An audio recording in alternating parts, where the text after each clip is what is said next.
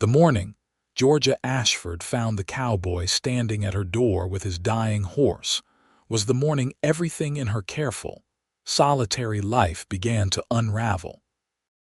She had been grinding dried yarrow in her wooden mortar when she heard the desperate knocking, so frantic it rattled the glass jars on her shelves.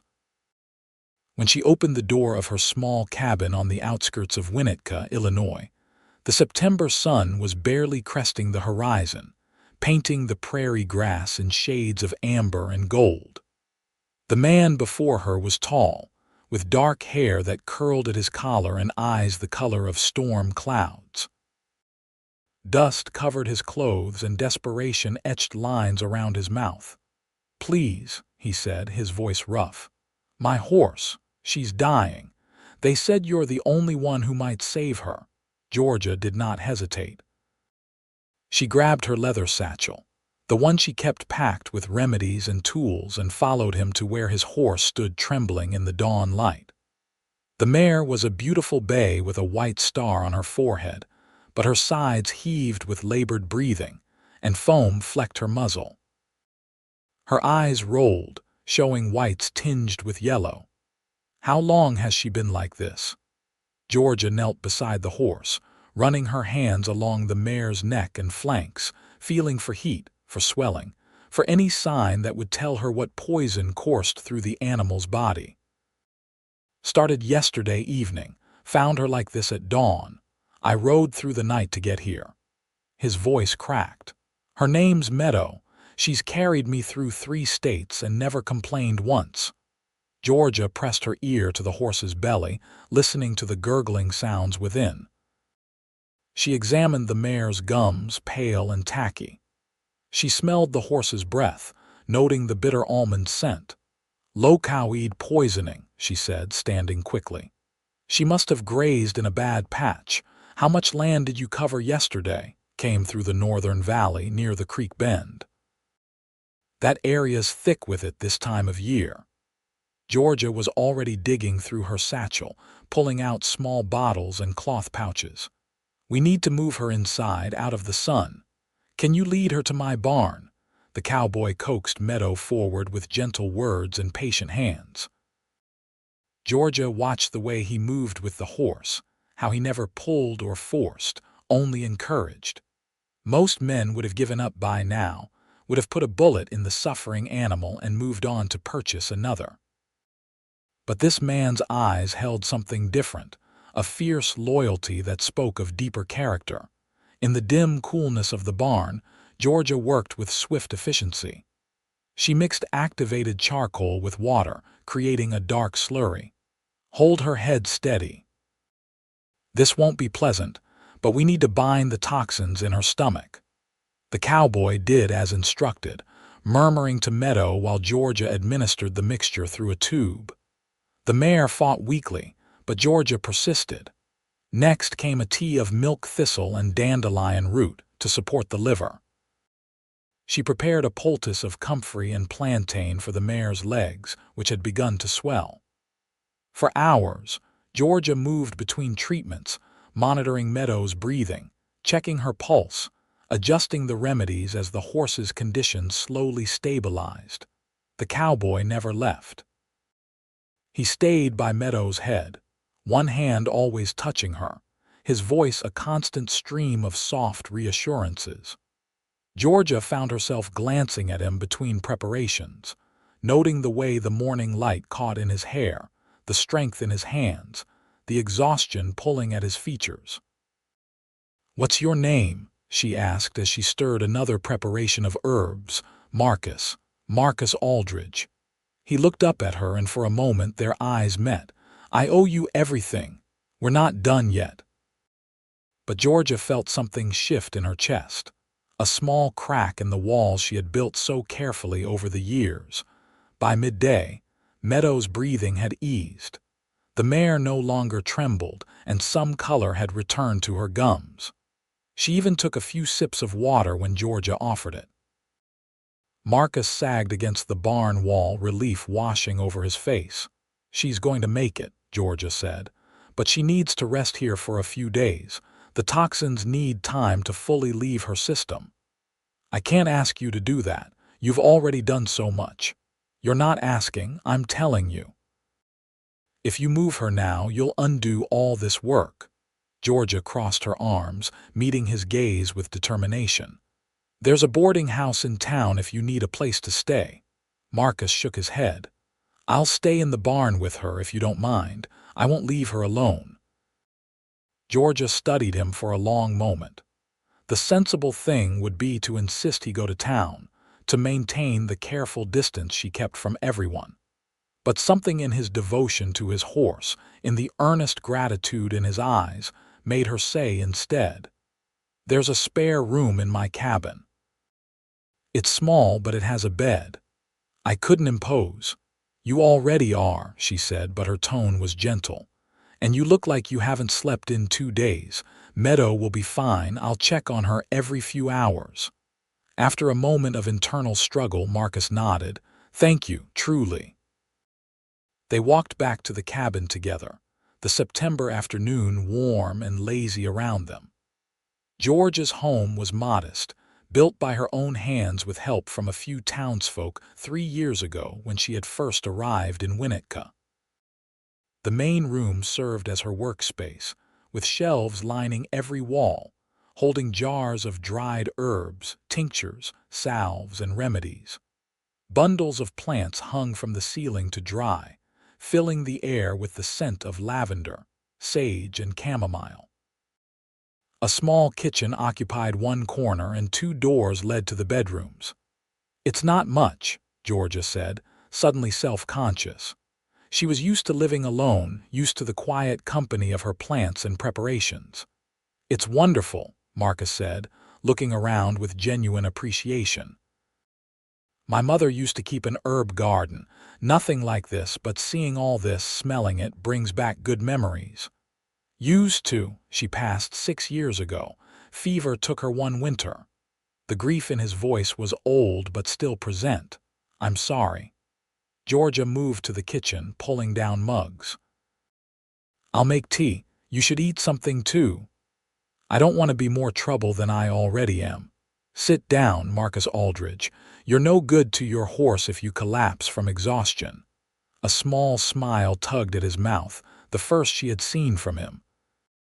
It transformed his face, softening the hard lines of worry. "Yes, madam." While Georgia prepared a simple meal of bread, cheese, and dried apples, Marcus sat at the small wooden table, his eyes following her movements. "How did you learn all this? The healing, I mean." "My grandmother taught me." Georgia poured hot water over mint leaves, watching them unfurl. "She was a midwife and healer back in Pennsylvania. I spent every summer with her, learning plants, learning remedies. When she died, she left me all her books and notes." "Why come all the way to Illinois?" Georgia was quiet for a moment, considering how much to share. "I needed a fresh start. Pennsylvania had too many memories, too many people who thought they knew what was best for me. Family, a father who wanted me married off to a banker twice my age. A brother who thought a woman had no business learning medicine." She set the tea and food before him. "So I left, took my grandmother's legacy and came west." Marcus took a long drink of the tea, gratitude clear in his face. "That took courage, or foolishness, depending on who you ask." Georgia sat across from him with her own cup. "The people here in Winnetka have been kind, mostly. They need what I offer, even if some of them are suspicious of a woman living alone, working with herbs. Their suspicion is their loss." Marcus bit into the bread, suddenly realizing how hungry he was. "You saved Meadow's life. I've seen trained veterinarians who wouldn't have known what to do." They talked while he ate, the conversation flowing more easily than Georgia expected. Marcus told her about growing up on a ranch in Missouri, about learning to ride before he could properly walk, about his father who had taught him to respect horses as partners rather than property. He spoke of his travels, delivering cattle and horses across the territories, always moving, never quite settling. Sounds lonely, Georgia observed. It is, he admitted. But after my mother died and then my father 2 years later, the ranch didn't feel like home anymore. I sold it, kept Meadow, and just started riding. Running from grief or looking for something. Marcus met her eyes, something vulnerable flickering across his face. Maybe both. When he finished eating, Georgia showed him to the spare room. It was small and simple, with a narrow bed, a washstand, and a single window that looked out over the prairie. I'll wake you when I check on Meadow in a few hours. Thank you, Georgia, for everything. The way he said her name, soft and sincere, made her pulse quicken unexpectedly. She left him there and returned to her work, but her mind kept wandering to the cowboy sleeping in her spare room, to the gentleness in his hands when he touched his horse, to the grief and kindness she had seen in his eyes.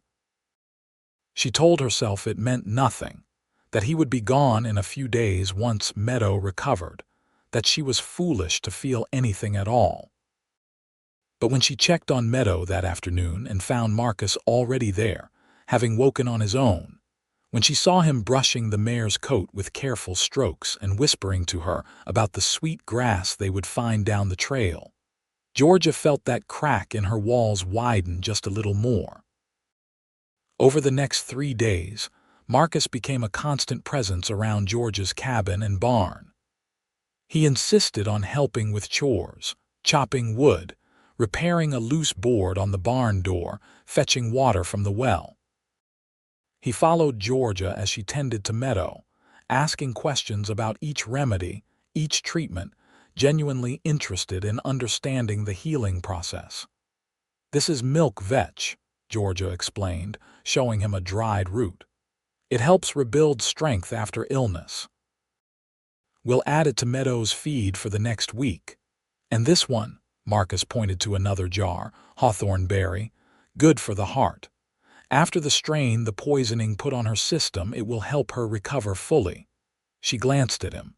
"You don't have to learn all this, you know." "She's going to be fine. I want to learn, in case it happens again or if I come across another horse in trouble." He held up the jar, examining the dark berries inside. "Besides, I find it fascinating, the way you know exactly what each plant does, how to combine them. It's like a different language. It is, in a way, the language of the earth." They fell into an easy rhythm. Georgia found herself looking forward to their conversations, to the way Marcus listened with full attention when she spoke, to how he made her laugh with stories of mishaps on the trail. He had a dry sense of humor that caught her off guard, and she discovered she enjoyed surprising him with her own wit. On the evening of the 3rd day, they sat on the porch steps of her cabin, watching the sun set over the prairie. Meadow was well enough to stand in the paddock, grazing peacefully. The crisis had passed. "She can travel tomorrow," Georgia said quietly. "If you take it slow, stop frequently to let her rest." Marcus was silent for a long moment. "Tomorrow," he repeated, and something in his voice sounded heavy. "You must be eager to get back on the road." "I should be." He turned to look at her, the fading sunlight catching in his eyes. "But I find I'm not." Georgia's breath caught. "Marcus, I know you have your life here, your work, and I'm just a drifter who showed up on your doorstep with a dying horse."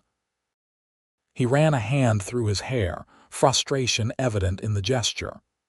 "But these past few days, Georgia, they've been the most peaceful I've known in years. And it's not just the place. It's you."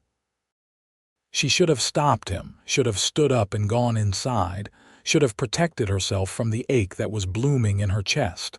But she stayed rooted to the spot, her heart thundering. "I don't do this," she said finally. "I don't let people in. I came here to be independent, to live on my own terms. I know, and I respect that, I do." Marcus shifted closer, not touching her, but near enough that she could feel the warmth of him. "But independence doesn't have to mean loneliness. Believe me, I know the difference. You're leaving tomorrow. I could stay, if you wanted me to." Georgia closed her eyes, warring with herself. She had built a good life here, safe and predictable. Letting Marcus in meant risking that safety, risking the possibility of hurt and loss. But when she opened her eyes and saw the hope and fear mingled in his expression, she realized that maybe safety was not the same as living. "I don't know what I want," she whispered. "That's all right. We have time to figure it out." Marcus stood, offering his hand to help her up. "But I'd like to stay a while longer if you'll have me. I could help around here, take on jobs in town. Meadow needs more recovery time anyway." It was a rationalization, and they both knew it. But Georgia took his hand, feeling the calluses on his palm, the strength in his fingers. "One more week," she said. "And you'll stay in the barn. People are already going to talk about you being here at all." "One more week," Marcus agreed, though his smile suggested he was already planning how to extend it. The next morning, Marcus rode into Winnetka proper to inquire about work. Georgia used the time to visit some of her regular patients in town, checking on old Mrs. Henderson's rheumatism, bringing a cough syrup to the blacksmith's daughter, examining a rash on the grocer's son. Everywhere she went, people asked about the handsome cowboy staying at her place. "Just helping with a sick horse," Georgia explained for the 5th time that morning. "He'll be moving on soon." "Shame," said Mrs. Henderson with a knowing look. "Man like that looks at you the way I saw him looking at you in the general store yesterday. That's not a man planning to move on." "You're imagining things. I'm old, dear, not blind, and I've seen enough love in my 70 years to recognize it when it walks by." Georgia left feeling flustered and confused. Love was far too strong a word for what existed between her and Marcus. They barely knew each other. It was attraction, perhaps, and the bond that came from sharing intense circumstances. Nothing more. But when she returned home and found Marcus had not only completed the chores, but had also started repairing her leaning garden fence, something warm unfurled in her chest. "You didn't have to do that," she called out. Marcus looked up, wiping sweat from his brow. His shirt sleeves were rolled up, revealing strong forearms. "Noticed it was struggling. Thought I'd fix it before it fell over completely. Hope that's all right." "More than all right, thank you." She walked closer, examining his work. He was doing it properly, not just a quick patch job. "Find any work in town?" "Actually, yes. The stable master needs help for the next few weeks. One of his regular hands broke his arm. I start tomorrow." He hammered in another nail. "That is, if you still want me around. The arrangement was 1 week." "It was, but I'm extending my own stay." He paused in his work, meeting her eyes. "You can tell me to leave, Georgia. I'll go if you truly want me to, but I'd rather stay." She should have told him to leave. It would have been simpler, safer. Instead, she heard herself say, "The barn is yours for as long as you need it." Marcus's smile was like sunrise. The days that followed developed their own rhythm. Marcus worked at the stables during the day while Georgia continued her rounds, treating patients and gathering herbs from the surrounding prairie and woods. In the evenings, they would share dinner, sometimes in companionable silence, sometimes talking until the stars filled the sky. Marcus proved to be handy with repairs, fixing all the small things around Georgia's property that she had learned to work around. Georgia taught him more about herbs, pleased by his genuine interest and quick learning. They were careful not to touch beyond accidental brushes of hands, careful to maintain propriety. But the tension between them grew like the herbs in Georgia's garden, slow and steady and undeniable. One evening, nearly 2 weeks after Marcus's arrival, a farmer came pounding on Georgia's door well after dark. His wife was in labor and something was wrong. Georgia grabbed her birthing kit and turned to Marcus. "I have to go. It might be all night. I'll come with you." "You shouldn't ride alone in the dark." "Marcus, it's a birthing. You can't. I'll wait outside, but I'm not letting you go alone." There was no time to argue. They saddled both horses, Meadow now fully recovered, and rode through the darkness to the farm 3 miles north. When they arrived, Georgia found the young mother in distress. The baby turned wrong. She worked through the night, using every skill her grandmother had taught her, every technique from the medical books she had studied. Marcus waited on the porch with the terrified father, keeping him calm, keeping him hopeful. At dawn, a baby's cry pierced the air. Georgia emerged hours later, exhausted but smiling. A healthy boy. Mother's tired but well. She'll need rest and these herbs. She handed the father a packet. Brew this into tea. Have her drink it 3 times daily. The farmer tried to pay her, pressing coins into her hands even as tears of gratitude ran down his face. You saved them both. Doc in town said there was nothing to be done to prepare for the worst, but you saved them. On the ride home, Marcus was quiet. When they finally reached Georgia's cabin, the sun fully risen, he helped her down from her horse. You're extraordinary, he said simply. What you did tonight, what you do every day, you save lives, Georgia. You're remarkable. Georgia, exhausted and emotionally wrung out, felt tears prick her eyes. I just did what my grandmother taught me. No, you did what you were meant to do, and you do it beautifully. Marcus still held her hand from helping her dismount. I'm in awe of you, Marcus. His name came out as barely a whisper. I know we agreed not to complicate things. I know I'm supposed to just be passing through. But Georgia, I'm falling for you. I've been falling since that first morning when you didn't hesitate to help, when you dropped everything to save a stranger's horse. And every day since, I fall a little more. She should have pulled away, should have reminded him of all the reasons this was impossible. But standing there in the golden morning light, his hand warm around hers, his eyes full of honest emotion, Georgia felt her carefully constructed walls finally crumble. I'm scared, she admitted. I've worked so hard to build this life, to be independent. What if letting you in means losing myself? What if it means finding more of yourself? Marcus brought his other hand up to gently cup her face. I'm not asking you to give up anything, Georgia. I'm asking to be part of what you've built, to help you, to support you, to stand beside you. You could leave. Men leave. I could, but I won't, not unless you send me away. His thumb traced her cheekbone softly. I've been running for 2 years, Georgia. I didn't know what I was running from or what I was looking for, but I know now. I was looking for a reason to stop. I was looking for home, and I found it here with you. Georgia felt a tear slip down her cheek.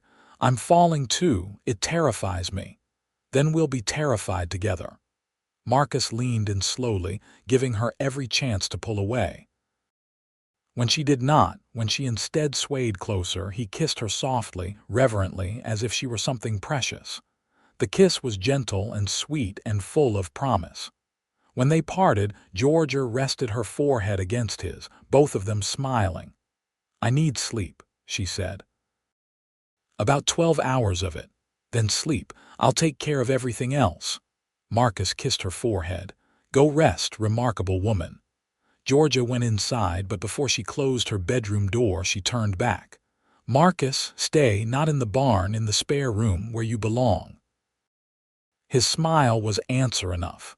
When Georgia woke that evening, she found Marcus had tended to Meadow and her own horse, had weeded her garden, and had somehow managed to prepare a simple but delicious stew. They ate together, and the ease between them had shifted into something deeper, more certain. The weeks turned into months. Marcus became a fixture in Winnetka, known for his skill with horses and his quiet, steady nature. He and Georgia settled into a life together, though she maintained her own cabin and independence. They were partners in the truest sense, supporting each other's work, sharing their days and dreams. Georgia found that Marcus had been right. Letting him in did not diminish her independence. Instead, it enhanced her life in ways she had not imagined. He never tried to control her work or make decisions for her. Instead, he asked how he could help, learned from her, and gave her space when she needed it. In turn, Georgia supported Marcus as he slowly rebuilt his confidence, as he stopped running from his grief and learned to put down roots. As autumn deepened into winter, Marcus began talking about the future. "I've saved almost enough to buy a piece of land," he told her one evening as they sat by the fire. "Nothing huge, but enough for a small horse ranch. I could breed and train horses, and you could expand your herb gardens." "Where would this land be?" Georgia asked, though her heart already knew the answer. "Here, in Winnetka, if that's something you'd want." He reached for her hand.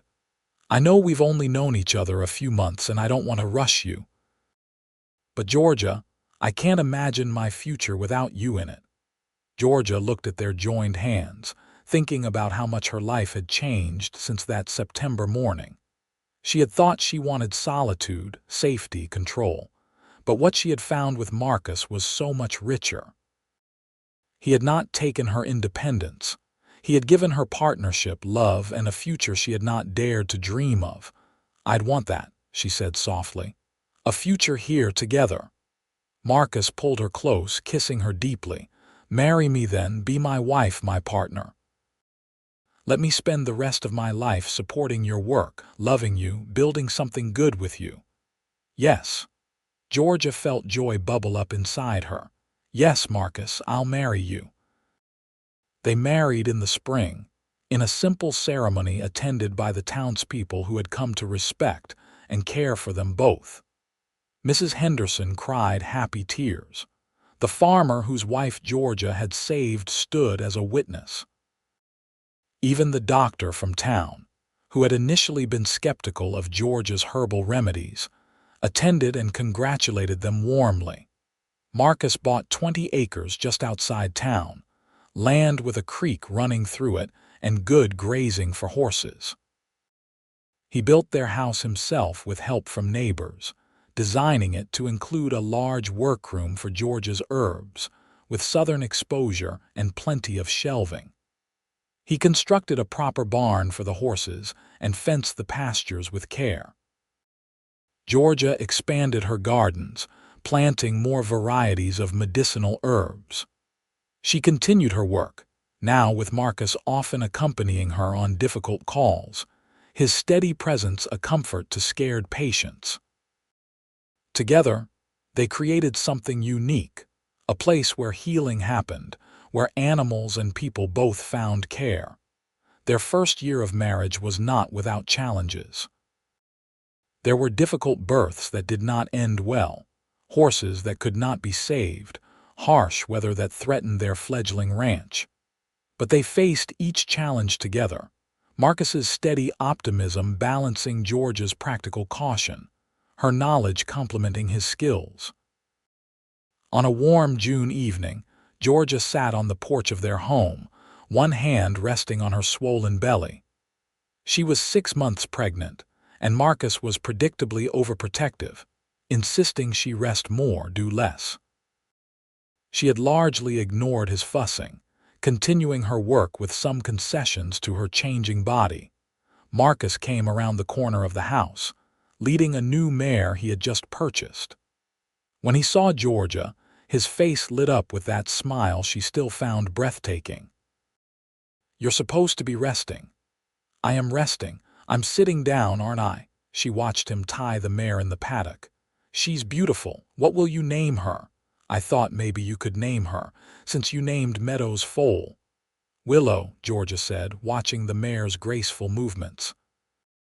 "She moves like wind through a willow tree." Marcus joined her on the porch, sitting beside her and placing his hand over hers on her belly. "How are you feeling?" "Tired, large, ready for this baby to arrive, but also terrified." She leaned against him. "What if I'm not good at being a mother?" "You'll be wonderful. Look at how you care for everyone in this town, how gentle you are with frightened patients, how patient you are teaching me about herbs." He kissed her temple. "Our child is lucky to have you as a mother, and you as a father." Georgia turned to look at him. I never imagined this, this life, this happiness. I thought I would always be alone." "Thank God for sick horses then." Marcus grinned. "Thank God you were stubborn enough to stay. Thank God you were brave enough to let me." Their son was born in late September, almost exactly a year after the day Marcus had first knocked on George's door. The labor was long but uncomplicated, with the town's midwife assisting while Marcus paced anxiously outside. When he was finally allowed in to meet his son, Marcus held the tiny baby with infinite gentleness, tears streaming down his face. "He's perfect," Marcus whispered. "Georgia, he's absolutely perfect." They named him Matthew after Marcus's father. The baby had dark hair like his father and what Georgia suspected would be her green eyes. He was healthy and strong, with a good set of lungs that he exercised frequently. Motherhood transformed Georgia in ways she had not anticipated. She had always been a healer, always been nurturing in her way.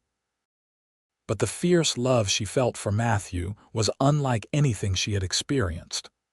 Marcus proved to be a devoted father, waking for night feedings, walking the floor with the baby, changing diapers without complaint.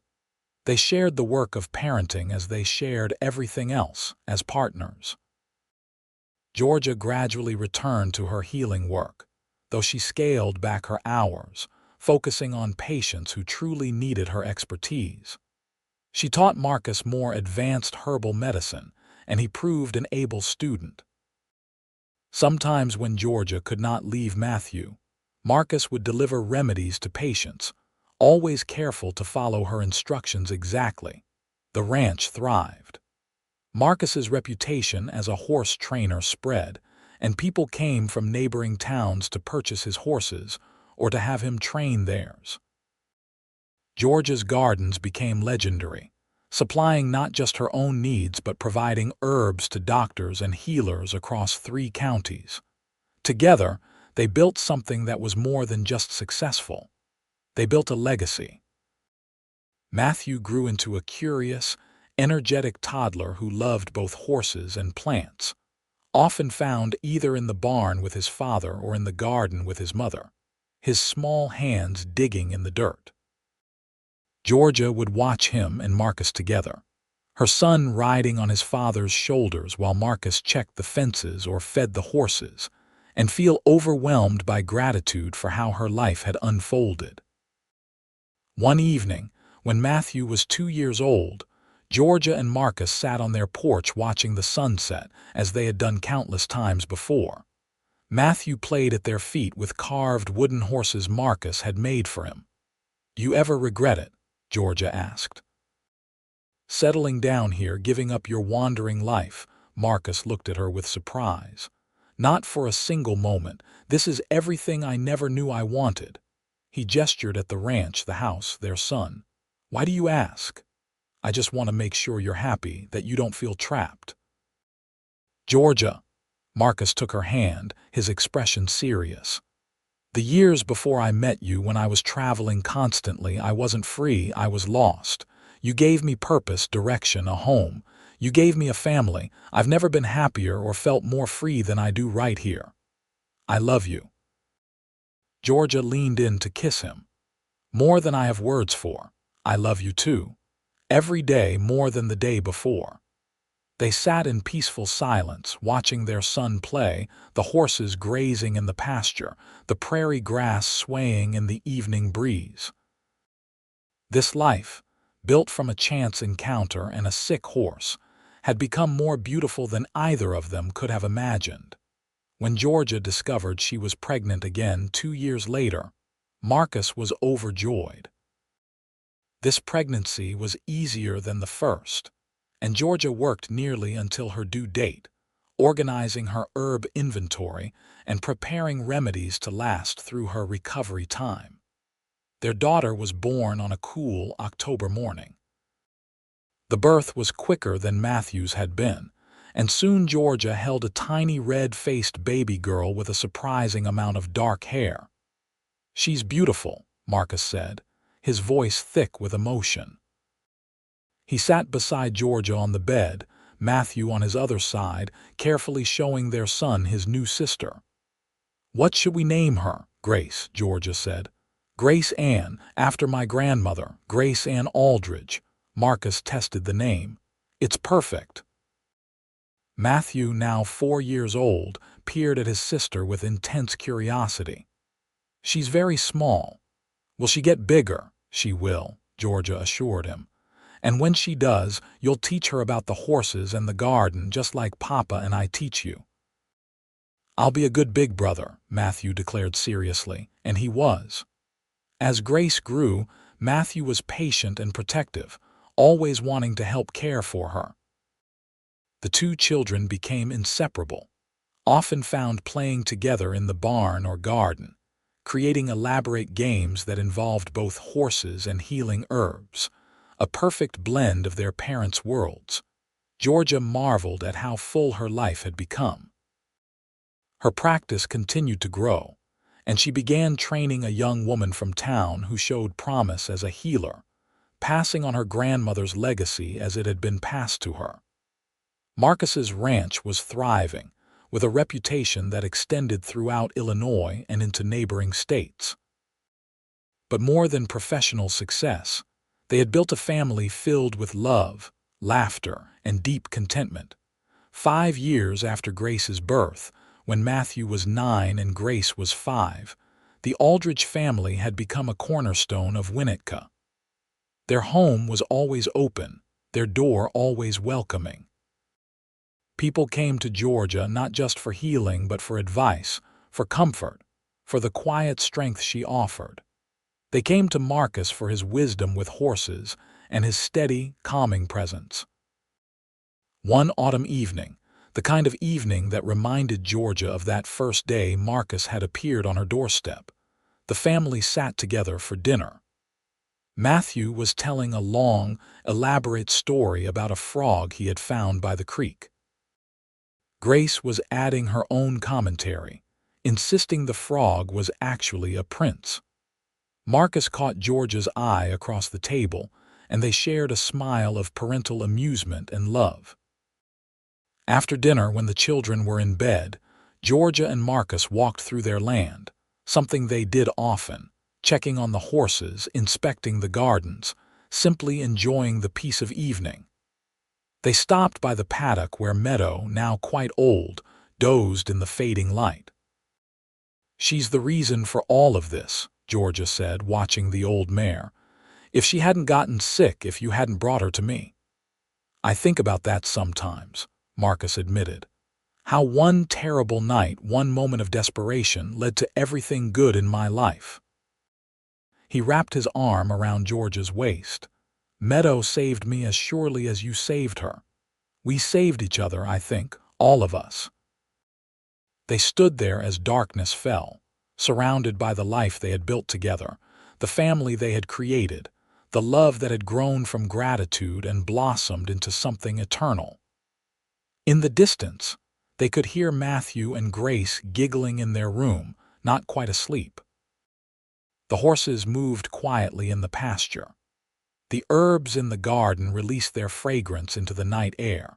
Georgia thought back to the woman she had been 7 years ago, so determined to live alone, so certain that independence meant solitude.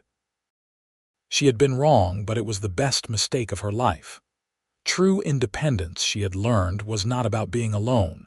It was about choosing your own path and being brave enough to walk it, even when it led to unexpected places. "What are you thinking about?" Marcus asked. "How grateful I am. For Meadow getting sick, for you being stubborn, for taking a chance on love even though it scared me. Best decision I ever made was deciding to stay." Marcus turned her to face him. "Best decision you ever made was letting me." "Agreed." Georgia kissed him, soft and sweet, a kiss that held 7 years of love and the promise of countless more to come. They walked back to the house hand in hand, checking on the children one more time before retiring to their own room. Matthew was finally asleep, one arm wrapped around the wooden horse his father had made. Grace had kicked off her blankets and Georgia gently covered her again, brushing a kiss on her forehead. In their bedroom, Marcus pulled Georgia close. "Happy?" he asked. "Happier than I ever dreamed possible." The years continued to pass, bringing changes and challenges, joys and sorrows. Meadow eventually died peacefully in her sleep at the age of 23, and they buried her in the pasture she had loved. Marcus grieved deeply, but he told Georgia it was a good grief, the kind that came from loving something so much that its loss left a hole. They planted a willow tree over Meadow's grave, and Grace would often sit beneath it, talking to the old horse she barely remembered but had heard countless stories about. Matthew grew tall and strong, inheriting his father's way with horses and his mother's gentle, healing touch. At 18, he was courting a blacksmith's daughter and helping run the ranch while considering his future.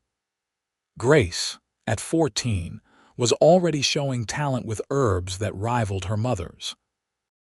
She had patience Georgia had to work to cultivate, and an intuitive understanding of plants that seemed to come naturally. Georgia was 40 now, with silver threading through her hair and fine lines around her eyes from years of smiling. Marcus was 42, still strong and capable, though he complained more about aching joints on cold mornings. They had weathered illnesses, financial troubles during hard winters, the death of friends, and all the ordinary challenges of a life well lived. One evening, as they sat on their porch watching another sunset, Matthew announced he and Sarah would be marrying in the spring. Grace was inside practicing her letters, copying out herb recipes from George's journals. "We're getting old," Marcus said with amusement. "Our son is getting married." "We're not old. We're experienced." Georgia leaned against him, comfortable in the way only long years together could create. "And you're still the stubborn cowboy who wouldn't take no for an answer. You're still the remarkable woman who saved a dying horse and stole my heart. I believe you're the one who did the stealing. We can share the credit." They laughed together, the sound mixing with the evening bird songs and the distant whinny of horses. Georgia thought about how far they had come from that September morning so long ago, how a moment of desperation and compassion had woven their lives together so completely. "No regrets?" she asked, though she knew the answer. "Not a single one." Marcus kissed the top of her head. "Though I would like to hear you say it." "Say what?" "That you're glad I came back."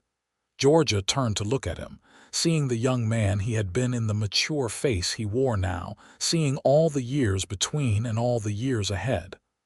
"I'm glad you came back. I'm glad you knocked on my door with a sick horse. I'm glad you were too stubborn to leave when you should have. I'm glad you asked me to marry you. I'm glad we built this life together." That's all I needed to hear. Marcus smiled, that same smile that had first cracked her carefully built walls. "Well, that and that you'll make me tea. My knees are aching and I know you have something for that. You're impossible." But Georgia was already standing, heading inside to prepare the willow bark tea that would ease his discomfort. "And you love me anyway." "I do. God help me, I really do." Inside, Grace looked up from her writing. "Mama, how did you and Papa fall in love?" Georgia paused, looking at her daughter's curious face. "It started with a horse named Meadow," she said, beginning the story she had told countless times but never tired of telling. "Your father brought her to me, sick and dying, and I healed her. He stayed to care for her, and somewhere along the way we healed each other too." "That's romantic," Grace sighed. "It was practical," Georgia corrected, but she was smiling, "and then it became romantic." She prepared Marcus's tea while Grace asked more questions, the kind only a teenage girl could think to ask about love and romance. When Georgia brought the tea back outside, Marcus was still sitting on the porch, now with Matthew, talking about plans for the spring wedding. This was her life. These people, this place, This love that had started with gratitude and grown into everything. Georgia settled back into her seat beside Marcus, his hand finding hers automatically, and watched the last rays of sunlight paint the sky in shades of orange and pink. She had come to Illinois seeking independence and found so much more. She had built a life with her hands and her knowledge, had established herself as a healer, and earned respect in a world that did not always respect women's knowledge. And she had done it while also building a marriage, raising children, creating a partnership that enhanced rather than diminished her. If someone had told her 7 years ago that the desperate cowboy with a dying horse would become her husband, the father of her children, her partner in all things, she would not have believed them. But sitting there in the gathering dusk, surrounded by the sounds of her family, the horses she and Marcus had raised together, the herbs growing in her gardens, Georgia could not imagine any other life. Marcus squeezed her hand gently, and she squeezed back, a silent conversation of love and gratitude passing between them. No words were needed. After so many years together, they had developed their own language, one of looks and touches and shared understanding. "I'll start on dinner," Matthew said eventually, standing. "Grace, come help me." When the children had gone inside, Marcus turned to Georgia. "Do you remember what I said the morning after you delivered that baby, the farmer's wife? You said a lot of things that morning." "I said I was falling for you, that I'd been falling since you first helped Meadow." Marcus brought her hand to his lips. "I'm still falling, Georgia. Every single day I fall in love with you a little more. We're going to run out of space eventually, for all that falling. Then we'll fall forever. I'm all right with that." Georgia leaned in and kissed him, soft and lingering, tasting the tea on his lips and the love that had sustained them through years of joy and challenge. Forever sounds just about right. They sat together as the stars began to appear, one by one, in the darkening sky. Inside, they could hear their children moving about, preparing the evening meal, their voices mixing in comfortable sibling banter. The horses had settled for the night, and the prairie wind carried the scent of Georgia's herbs through the open air. This was the life Georgia Ashford Aldridge had never known to dream of, but had found anyway, built on a foundation of healing and gratitude, of a stubborn cowboy and a sick horse, of a woman brave enough to open her door and her heart. It was a good life, a full life, a life of love that would continue long after the sun had set on this particular evening. And as Marcus pulled her close and they watched the stars multiply overhead, Georgia knew with absolute certainty that she would not change a single moment of the journey that had brought them here. Not the fear, not the uncertainty, not the challenges. Because all of it, every single moment, had led to this. To home, to family, to the kind of love that poets wrote about and that she had once thought existed only in stories. But it was real.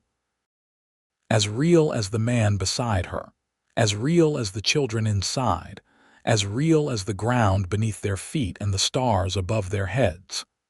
This was her story, their story, a love story that had begun with healing and would continue until the last star faded from the sky.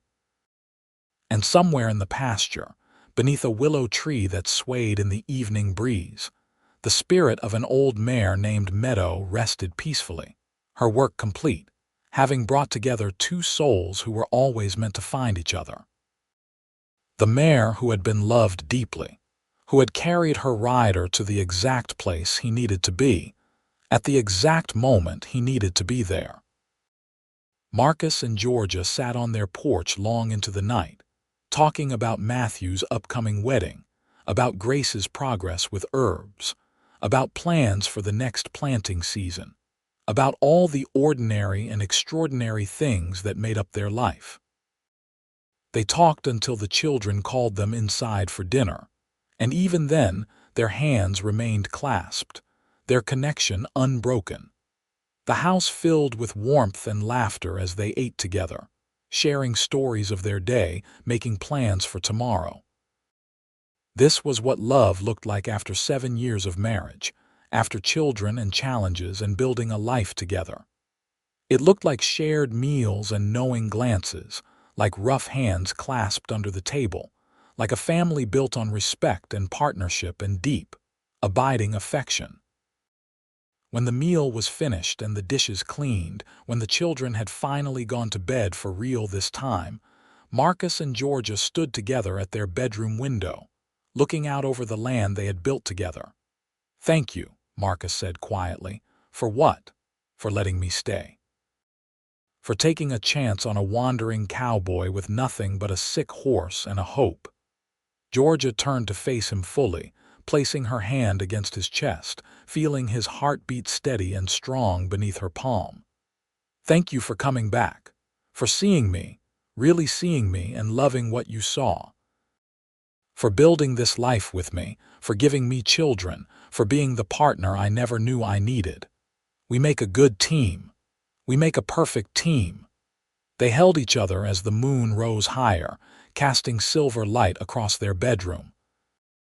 Tomorrow would bring new challenges, new patients for Georgia to treat, new horses for Marcus to train, new lessons for both of them to teach their children. But tonight was for this, for holding each other in the quiet darkness, for remembering how they started and celebrating how far they had come.